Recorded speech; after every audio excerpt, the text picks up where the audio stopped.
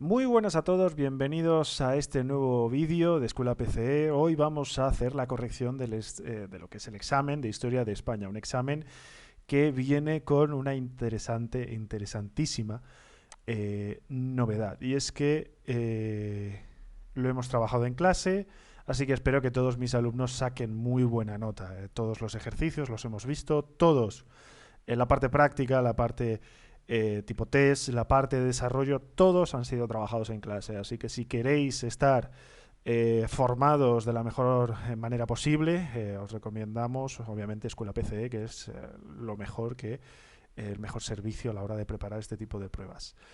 Recordando la parte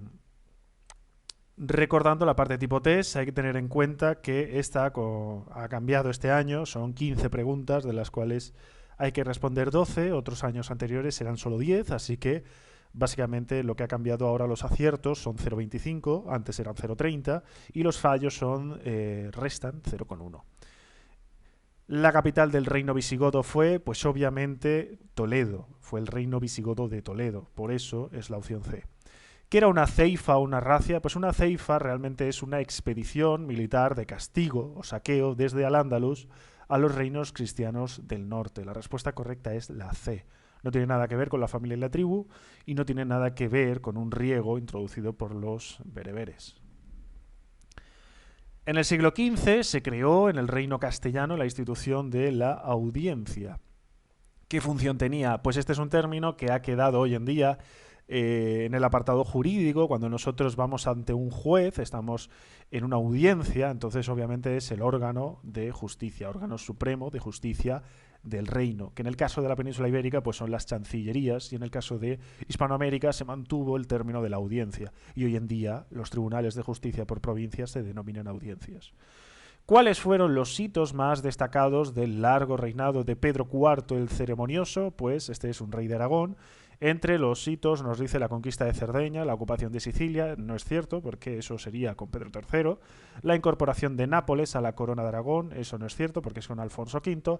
Así que la opción válida sería la A, la incorporación del reino de Mallorca, la corona de Aragón y la creación de los ducados de Atenas y Neopatria. Realmente con Pedro IV lo que hace es recupera el reino de Mallorca, que estaba de la mano de uno de sus hermanastros, lo recupera, no quiere decir que sea la conquista inicial, sino que es una recuperación, y dejan de estar separados los dos reinos, el de Mallorca y el de Aragón, y vuelven a estar unidos, al igual que Atenas y Neopatria, que es un territorio conquistado por los almogávares en tiempos de Jaime II. Entonces aquí los incorpora al reino. ¿Qué eran las órdenes militares? Pues obviamente es sencillo, sería básicamente el B, instituciones religioso-militares surgidas en el contexto de la Reconquista.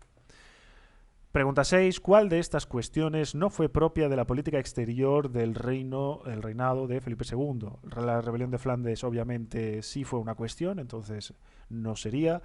El enfrentamiento contra los turcos sí fue una cuestión, entonces tampoco, y entonces sería la problemática de la relación con el Sacro Imperio. Felipe II ya no era emperador, su padre sí lo fue, entonces tenemos que tener en cuenta que como es una pregunta negando, la respuesta es la B.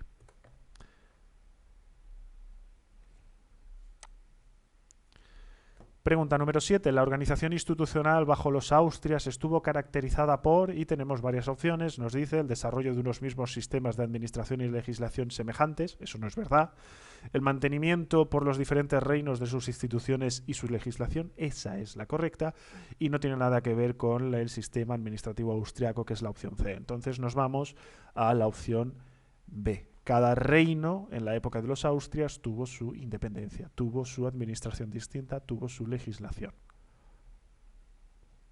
Durante el siglo XIII al XV fueron frecuentes las rebeliones nobiliarias en la corona de Castilla. ¿Cuál fue el motivo fundamental?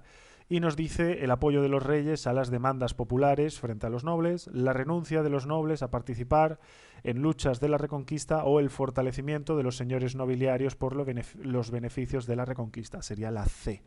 Las rebeliones nobiliarias se van a dar debido al crecimiento, al poder que han adquirido los señores por la Reconquista. Son grandes señores nobiliarios. Una persona sefardí, aquella que pertenece a Sefarad, que Sefarad es el término de España. Lo que es España es sefarat en el término, lo que es en hebreo, como dirían los judíos. Entonces son, obviamente, aquí ya lo hemos dicho, descendientes de los judíos españoles desterrados en el siglo XV, es decir, en 1492. ¿Qué fue la Unión de Armas de 1625 propuesta por el conde duque de Olivares? Pues aquí tendríamos que tener en cuenta que esto es un proyecto de un ejército real permanente sostenido por todos los reinos de la monarquía en función de su población y riqueza. Iban a ser unos 145.000, si mal no recuerdo, 145.000 soldados, que lo que iba a permitir es que España tuviera uno de los mayores ejércitos. No iba a recaer todo en Castilla, que era como estaba recayendo, y esto se está haciendo en un contexto de la Guerra de los 30 años. La designación de Felipe de Borbón, duque de Anjou, como heredero real ante la falta de sucesor natural de Carlos II estuvo motivada por, nos dice, razones familiares, eran de la misma dinastía, razones religiosas, era el único aspirante católico, razones geopolíticas, se esperaba el apoyo de Francia y que con ello impedir la división territorial de la monarquía. Obviamente no son familia, estamos hablando de distintas dinastías, son los Borbón y los Austrias. Obviamente no hay razones religiosas, todos los candidatos eran católicos, eso era lo esencial, es lo primero que se exigía en aquella época para poder ser rey. Obviamente es que buscan el apoyo de Francia. La política uniformadora y normalizadora de la nueva dinastía Borbón tuvo su principal plasmación en los decretos de Nueva Planta, que supusieron... Y tenemos opción A, la supresión de los fueros y las instituciones propias de los reinos de la Corona de Aragón. Opción B, el establecimiento de un nuevo sistema de administración pública desde el nivel local al gubernativo o gubernamental y la introducción en España de normas y legislación de origen francés. Como nos pregunta, los decretos de Nueva Planta realmente es la supresión de los fueros y las instituciones de Aragón. Es la A. Si nos vamos a qué fue el despotismo ilustrado, pues aquí tendríamos que tener en cuenta que no es un gobierno absoluto del rey basado en el derecho divino, no es el ejercicio político del rey autoritario sin más limitación que el eclesiástico, por lo tanto es la C, la conciliación de un absolutismo monárquico con un espíritu reformador basado en la Ilustración. ¿Cuál de los siguientes personajes históricos tuvo responsabilidad directa en los gobiernos de Carlos III? Tenemos a Florida Blanca, Jovellanos y a Campillo Cosio, pero de todos ellos que tuvo responsabilidad directa solo fue Florida Blanca, fue el único que tuvo una responsabilidad. Jovellanos participó en varios proyectos de redacción de reforma agraria, pero no llegó a ser ministro, entonces realmente es Florida Blanca, que es un ministro que va a heredar, por ejemplo, Carlos IV. Y Campillo no tiene aquí nada que ver. ¿Qué significado tiene propiedades agrarias en manos muertas? Pues nos dice terrenos agrarios de difuntos sin herederos, ojalá. Opción B, tierras de cultivo de muy baja producción que condenaban a los propietarios a una vida de subsistencia. Opción C, amortización de la propiedad de la tierra fuera del circuito comercial. Eso es una propiedad agraria en manos muertas. Es una propiedad que forma parte de la iglesia, por lo tanto está sellada, está amortizada, no se puede enajenar, no se puede dividir, no se puede parcelar, no se puede vender. Entonces, eso son las manos muertas. La parte de desarrollo, hemos hecho la parte tipo test, que consta de 3 puntos. La parte de desarrollo es a elegir entre 2 opciones, un tema grande, y son 4 puntos. Por suerte, mis alumnos los hemos visto, estas 2 cuestiones las hemos visto, así que el examen les ha ido genial. Causas y desarrollo del proceso de independencia de las colonias americanas. Este tema es maravilloso. El proceso de independencia de las colonias americanas, pues bueno, es un proceso largo, continuado. Aquí lo que tenemos es una breve introducción. El proceso comienza realmente a la par que la guerra de independencia, forma parte de un elemento paralelo. Debido a la invasión de Napoleón, en América se hace el mismo resultado, es el mismo proceso que se da en la península. Es un proceso de juntas de defensa, juntas locales, que lo que hacen es organizar el poder político ante la ausencia del rey. Entonces, eso viene reflejado en la legislación, eso viene representado en las leyes españolas de la época, desde el siglo XIII, las partidas, y ese es el elemento que van a hacer todos los municipios a la hora de constituirse, a la hora de saber que el rey ha desaparecido por culpa de las abdicaciones de Bayona, que el rey está apresado, es como lo oculto, es como ellos lo establecían un poco, que estaba cautivo, es el término que utilizan. Entonces Fernando VII no se ubicaba. Las etapas del conflicto, tenemos lo que es la Patria Boba, que es de 1808 a 1815, que realmente es en el momento en el que intentaron varios proyectos, pero las divisiones internas, el hecho de que España consigue enviar tropas, pues obviamente va a hacer que los procesos de emancipación se ralenticen. Y luego tenemos un periodo entre el año 16 y el 24, que es el proceso de organización, es el momento en el que los principales cabecillas, como Simón Bolívar, San Martín, consiguen progresar. El caso de Bolívar consigue atraerse a los pardos y a los mestizos, y el caso de San Martín consigue prosperar directamente la emancipación de las Provincias Unidas del Río de la Plata, y entonces empiezan a enviar expediciones hacia el Paraguay, sobre todo la más importante hacia Chile, y la de Chile es la que tiene éxito, que consiguen la independencia de Chile con O'Higgins y pasan luego a Perú. Eso es básicamente los dos periodos.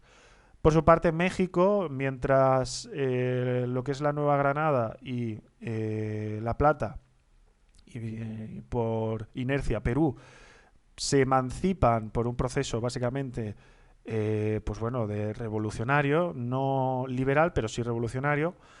México pasa todo lo contrario. México se emancipa realmente porque la situación política en España no les es beneficiosa para sus sectores elitistas, a sus élites, élites militares, élites criollas, élites religiosas, y establecen entonces el Plan de Iguala, que es el que lleva a cabo la independencia. En un marco más general, pues podemos hablar un poco del inicio, apogeo de los movimientos independentistas, de cuándo vienen, que se debe sobre todo al hecho de que la península ibérica, que España estuviera ocupada, el vacío de poder que surge debido a lo de Fernando VII, que está ubicado en Francia, el tema de que aparezca el rey José I Bonaparte, que no es una imagen muy querida, y las consecuencias sobre todo de las derrotas militares producidas en la península va a hacer que, pues como dicen nuestros primos, nuestros hermanos de América, pues digan que bueno, España está perdida y que es el momento que les toca a ellos independizarse. Los gobiernos que administran los territorios americanos no asumen la abdicación de Bayona, como gran parte de la parte de España que se subleva, y esto les lleva un poco a crear sus propias juntas y a buscar la legitimidad de Fernando VII. Lo que pasa que como el rey no termina de llegar y además deben de, pues bueno, el tema de reorganizarse a sí mismo, pues hay una serie de tentativas. Estas juntas empiezan a moverse desde el independentismo hacia, bueno, desde posiciones más independentistas y posiciones más realistas, defensores de la monarquía. Rápidamente, conforme se va viendo que no es posible, a partir del año 11, del año 12, entonces empiezan a proliferar lo que son los independentistas. Motivaciones nacionalistas, autonomistas, al final varios criollos, que son la élite económica, deciden proceder a proclamar la independencia de estas regiones. El caso de Simón Bolívar, que es el que va fraguando en varios intentos la independencia de la zona de Nueva Granada, que al final será la Gran Colombia. José de San Martín, que lo hará en Argentina, conseguirá también independizar Chile, y luego ambos ejércitos van a confluir en la zona de Perú en el año 21, pero bueno, van a tener un par de reveses militares y luego al final, a partir del 24, empezarán a vencer y finalizará el proceso de emancipación con Bolivia. Las consecuencias, que hay que hablar de ellas, pues obviamente para España fueron dramáticas, además de que España realmente desde finales del siglo XVIII ya empezaba a tener carestía, empezaba a tener problemas económicos, no llegaban las mercancías debido a las guerras de los últimos años con los británicos, hubo varios conflictos fuertes, entonces no hay mercancías, no llegan los bienes, y hay una cierta, pues bueno, esos territorios que se acaban de emancipar, pues obviamente son pues bueno, rompen lazos con España, pasan a depender más o menos económicamente de los británicos, y España realmente entra en una crisis brutal. A nivel social, los criollos van a mantener y van a acrecentar su poder, y durante ese proceso de emancipación se van a convertir en la nueva clase gobernante, pero en muchos aspectos van a replicar la administración anterior. Ellos van a desarrollar el caudillismo, fruto de la emancipación, que ha sido una emancipación pues con ejércitos, ha sido violenta. Se van a dar una serie de caudillos militares que van a gobernar gran parte del siglo XIX, con golpes de Estado, con contragolpes y un poco de forma autoritaria. No son, y eso lo dice muy bien John Lynch, el proceso de emancipación de la América hispana no lleva el liberalismo, sino que el liberalismo llega después de la independencia. Entonces, primero se produce la independencia y lo que tenemos es una cierta política autoritaria, ciertos personajes que gobiernan con mano de hierro, y no será más ya un poco a mediados de siglo y casi entrando al último tercio cuando empezarán a desarrollarse constituciones más democráticas, gobiernos más democráticos, y empezará a desarrollarse ya un sistema liberal como toca.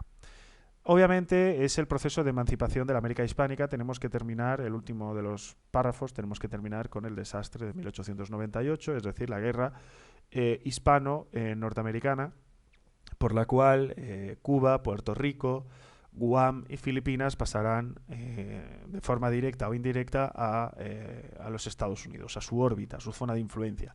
El caso de Cuba mediante la enmienda Platt, y el resto de territorios prácticamente como si fueran una posesión más de Estados Unidos, como si fueran prácticamente colonias. Y Filipinas tuvo, después de la guerra contra España, tuvo que realizar otra guerra contra los Estados Unidos, finalmente perdió, y quedó como una especie de colonia que, bueno, se decidió proceder a su independencia a una serie de años. Los japoneses invadieron las islas y ya se concedió la independencia después de la Segunda Guerra Mundial. En este caso, pues hablamos del conflicto, donde, bueno, España estaba en conflicto con los guerrilleros cubanos, con los independentistas. Explota el acorazado Maine, casualmente explota, no se sabe todavía quién es. Sí que se ha llegado a interpretar que ese tipo de acorazados tenían un problema de diseño que hacían que explotaran, la caldera tenía un problema, y se le echó la culpa a España, se declaró la guerra, se invadió y se termina todo en el Tratado de París. La segunda de las preguntas corresponde a los gobiernos de Adolfo Suárez. Realmente son pocos, son 3 escasos, realmente, si tenemos en cuenta. Los periodos son básicamente 3. Adolfo Suárez, pues bueno, el hombre falleció hace poco. Hay que tener en cuenta que es un político español, que fue el primer presidente de la democracia y tiene una trayectoria política muy, muy interesante. Además es el líder, el ideólogo de la transición. Esta es un poco la introducción que queremos resaltar. Tras haber fundado con otras personas un pequeño partido, el UDPE, este va a ser su partido plataforma, y ya con es un partido un poco todavía a espaldas del sistema, en el sentido es un poco oculto. Cuando ya muere Francisco Franco, el 20 de noviembre del 75, el rey Juan Carlos I decidió nombrarlo presidente después de que Arias Navarro no ejecutara ninguna de las reformas que se le pedía. Entonces se le invita a dimitir, Arias Navarro dimite y desde ese momento Adolfo Suárez será el presidente del gobierno.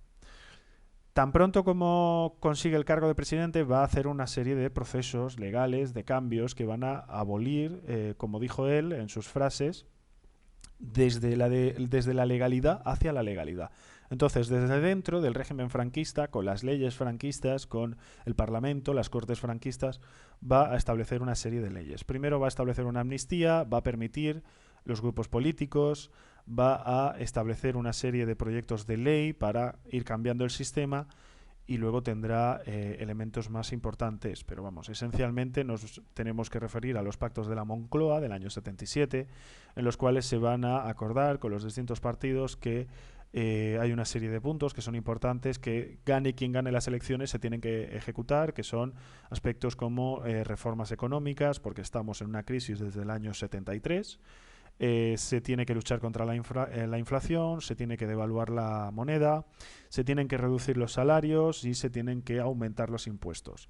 Se busca una modernización como de la seguridad social, lo que se busca es aumentar el subsidio por desempleo, mejorar las pensiones. Son una serie de reformas, los pactos de la Moncloa, con la idea de que luego en el Parlamento las aprueben todas. Con todas estas medidas son muy difíciles para Adolfo Suárez. España estaba un poquito dividida. El sector del búnker o los inmovilistas por parte del franquismo no veían con buenos ojos estos procesos democratizadores, es decir, la vuelta a la democracia no les parecía bien. Entonces empezarán un poco a producirse ese llamado ruido de sables con los años. Suárez finalmente en el 77 va a refundar su partido, lo va a llamar Unión de Centro Democrático, la UCD, y se va a presentar a las elecciones ese mismo año. Las va a ganar con una mayoría, y en ese momento es cuando ya se va a legitimar el proceso de la transición y vamos a avanzar hacia una constitución.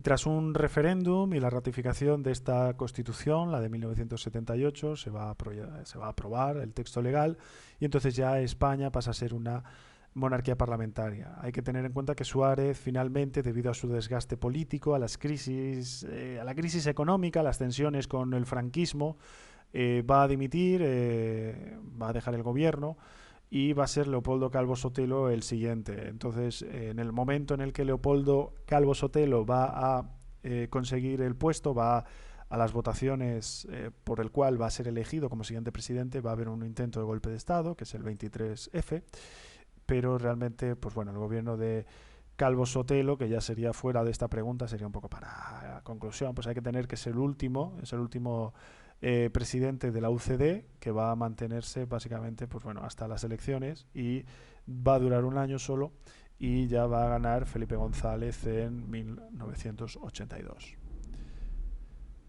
Vamos a pasar a la parte del análisis de texto. El análisis de texto son 3 puntos, son fáciles de sacar, entonces, bueno, fáciles. Hay que manejar un poco, pero los hemos visto. El programa republicano, lo hemos trabajado en clase, en 1841, nos dice: buscamos la supresión del trono, el gobierno de la nación entregado a la Junta Central compuesta de los representantes por provincias, reducción del presupuesto de gastos a 600 millones, supresión de las rentas estancadas, es decir, de los monopolios, y de las contribuciones indirectas, reducción del máximo de los sueldos a 40.000 reales y un aumento del sueldo mínimo a 6.000, abolición de las quintas, que es la forma de reclutamiento de esta época. Un quinto de todos los jóvenes tenían que hacer el servicio militar y ese es el sistema de quintas. Lo que buscan también es las matrículas del mar, que son unos impuestos a los barcos, la inamovilidad judicial, es decir, no cambiar de juez cada vez que, según los intereses, si hay un juez que no es de tu palo, pues podías mover al juez y elegir otro. Iban cambiando en los juzgados, entonces esto es un derecho que se está reivindicando aquí. Y el establecimiento del jurado. La ley del jurado también es uno de los elementos que más se va a pedir en el siglo XIX. Instrucción primaria universal, gratuita, obligatoria, libertad religiosa, de imprenta, de reunión, de asociación, reparto de las tierras del Estado a los jornaleros, básicamente el programa republicano. 1841, es importante saber la fecha. Pues obviamente el texto al que estamos es de 1841, es del republicanismo de los años 30 y lo que hay que tener en cuenta es que este republicanismo se va a enfrentar a la industrialización, a la radicalización política y un poco a los cambios que se van a dar en el último tercio ya del siglo XIX. Se va a publicar fundamentalmente, el republicanismo va a crecer mucho en las principales capitales, fundamentalmente en Cataluña. Nos encontramos realmente ante un texto histórico porque realmente es una fuente original y por lo tanto es una fuente primaria. Podemos decir que es de naturaleza política, porque es un programa político y lo que busca realmente es un ideario propio del republicanismo. El autor, pues obviamente es colectivo, no forma parte de ninguna personalidad lo firma, es un grupo. Las ideas del texto, pues podemos referirnos a que hay varias demandas de carácter social y político, se van a reivindicar cuestiones como la educación gratuita, con garantías, el aumento del salario, la abolición de las matrículas, que eran básicamente este tipo de servicios obligatorios para la Armada, es decir, es un tipo de... se podía solventar con un impuesto, pero lo que es la matrícula del mar es que una parte de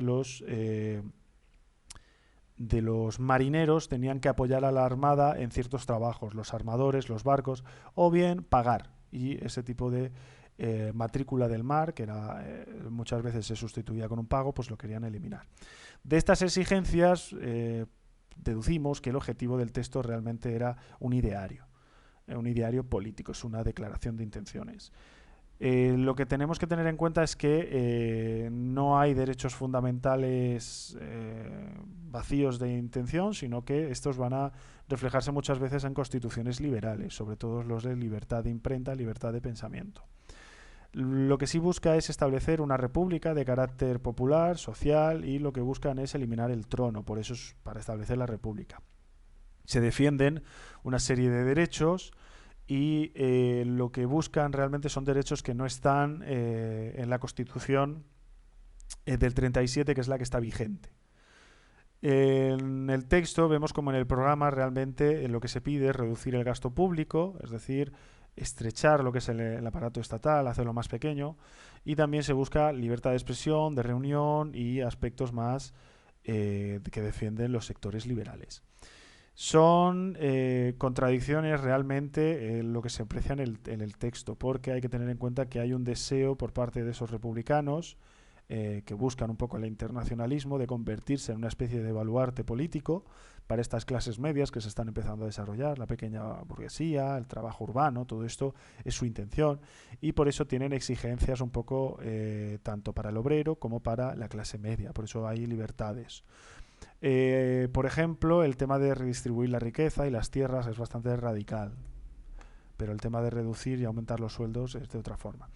Contexto histórico, pues es en el año 41, tenemos que enmarcarnos en la regencia de Baldomero Espartero, el general, estamos en el periodo de las regencias, antes de Isabel II, y hay que decir que este general pues va a tener un gobierno bastante autoritario, a pesar de ser progresista, va a reprimir mucho a los moderados y no se va a someter muchas veces al Parlamento. Es básicamente como un caudillo, es un caudillismo, pero traspasado a lo que es la península ibérica, España. Realmente su política de libre comercio va a hacer que la industria catalana entre en cierto peligro por su ideal de industrialización proteccionista, pues entonces lo que va a provocar es un movimiento violento, y Espartero va a responder con violencia. La oposición vasca se va a unir también a este movimiento catalán contra Espartero y va a ser pues, testiga la reorganización de los fueros. Al final, liberales progresistas, como que estaban en la órbita de Espartero, van a criticar su vena autoritaria. Y ya de últimas, en el año 43, el general Narváez de los moderados va a forzar un pronunciamiento militar y va a derrocar al gobierno, y Espartero se va a tener que exiliar durante unos años a Londres. Otro texto que también hemos trabajado mucho en clase, que es el de las confesiones de Alfonso XIII. Nos dice: yo acepté la dictadura militar porque España y el ejército lo quisieron, para acabar con la anarquía, con el desenfreno parlamentario y la debilidad claudicante de los hombres políticos. La acepté como Italia tuvo que acoger el fascismo, porque el comunismo era su inmediata amenaza y porque había que emplear una terapia enérgica sobre los tumores malignos que padecíamos en la península y en África. Es un poco dos ideas básicas de Alfonso XIII en 1933, después de haber perdido el trono. El texto realmente es un texto histórico de fuente primaria, pues es un original que se escribe en la misma época de los acontecimientos y que no ha sido modificado. Se trata de unas confesiones realizadas por el monarca Alfonso XIII durante su exilio. Es un texto de temática política, obviamente, pues el rey Alfonso lo que está haciendo está expresando las razones por las que justificó dar el apoyo a Miguel Primo de Rivera en 1923.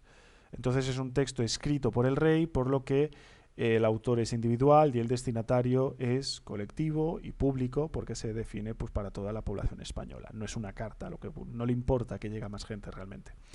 En cuanto a las ideas principales del texto, lo que tenemos que decir es que el rey expone sus razones y sus argumentos, que a su juicio es una visión personal, legitiman que hubiera aceptado la dictadura de Primo de Rivera. El texto se va a referir que, pues bueno, España estaba en una cierta anarquía, y esto es relacionado, pues básicamente con el periodo de crisis a partir de 1917, de la Restauración. Habla de los radicalismos políticos, del nacionalismo periférico, el nacionalismo vasco y catalán, y al mismo tiempo habla un poco, pues bueno, de lo que tiene la dictadura, las consecuencias, porque admite que, a ver, es una decisión que parecía acertada en ese momento. Menciona el comunismo como una forma de alegar que, bueno, él lo hizo por lo mejor porque lo peor era el comunismo, es decir, es un poco una visión de o blanco o negro. Y esto realmente, pues, lo que va a hacer es que, básicamente, es un momento complejo porque las elecciones de ese año, de 1933, le van a dar un poco la victoria a los partidos de la derecha en la República Española. Se ha instaurado la Segunda República, y la CEDA, la Confederación Española de Derechas Autónomas, va a ser el principal activo, el principal partido que gane en apoyos, y va a empezar así el bienio radical cedista dentro del segundo de los bienios de la Segunda República. Hay que recordar que Alfonso XIII se encuentra en el exilio desde el año 31, entonces esto está escribiendo realmente en el momento en el que hay un cambio de ciclo y entran partidos conservadores. El caso de la CEDA es que es abiertamente antirrepublicano.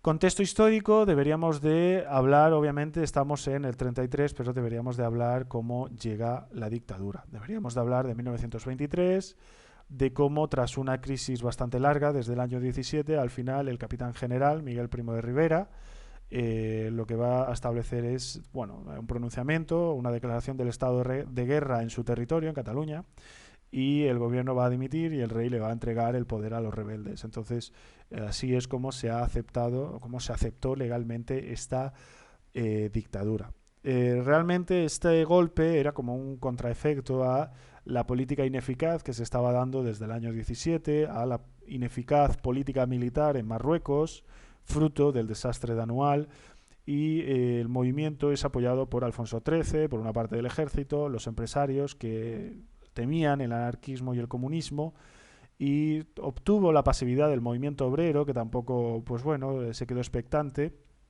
y realmente un colapso del sistema político. El Parlamento no actuó y básicamente el gobierno se disolvió como un azucarillo. Va a contribuir también que el comunismo no se oponga, sino que lo van a dejar. El golpe va a triunfar realmente y los únicos que se van a oponer es el comunismo en la ciudad de Bilbao. Eso es lo que hay que tener en cuenta. Pero los va a machacar, realmente Primo de Rivera va a atacarles muy fuerte. Aunque esta dictadura hay que tener en cuenta que nace en el periodo de entreguerras, entre la Primera y la Segunda Guerra Mundial, y entonces estamos en el periodo conocido como la época de los totalitarismos. Ahí tenemos las referencias al fascismo italiano que hacen el texto, y son movimientos muy personalistas donde lo que se busca realmente es resolver problemas de la sociedad y acabar, en este caso con términos como dice los políticos profesionales o la vieja política. El rey regresó a Madrid, y eso en el proceso cuando se produce el golpe de Estado. Entonces el rey regresa a Madrid y se disuelven las Cortes, ordena la formación de gobierno, y el primero de los gobiernos de Miguel I de Rivera, él gobierna a decreto, pero se agrupa en torno a un grupo de militares y por eso se le llama el directorio militar. 7 años más tarde, después de conseguir éxitos políticos y éxitos militares, como el desembarco de Alhucemas, 7 años más tarde, se produce el traspaso a la finalización realmente de la dictadura debido a la dimisión de Primo de Rivera, ya en el año 30. Pasamos a la dicta blanda con el general Berenguer. Esto es fruto, obviamente, de la crisis económica del 29 y un poco la idea de que se está ganando cada vez más oposición Primo de Rivera, y finalmente, entre que está mayor, está cansado, está enfermo, dimite. Lo que tenemos que tener en cuenta es que con Berenguer no se producen grandes cambios, en el sentido de que se pretendía regresar al constitucionalismo del 76, de 1876, pero se temía que se pudiera acabar con el sistema. Entonces, lo que van a intentar, al final, Berenguer se retracta, intentó hacer una convocatoria de elecciones, se va a retractar, va a dimitir, y después el almirante Aznar va a ser quien convoque unas elecciones y va a establecer un calendario de primero unas elecciones municipales, luego unas regionales y luego unas nacionales. Pero las municipales son contempladas por los republicanos y socialistas y el movimiento obrero en general como un plebiscito, es en el sentido de si ganamos, gana la República. Entonces, cuando se producen las elecciones el 12 de abril de 1931, ganan mayoritariamente alcaldías de grandes ciudades, y los sitios donde el caciquismo no controla bien el voto, ganan realmente los republicanos y los socialistas. Entonces Alfonso XIII abandona, parte hacia el exilio y deja España.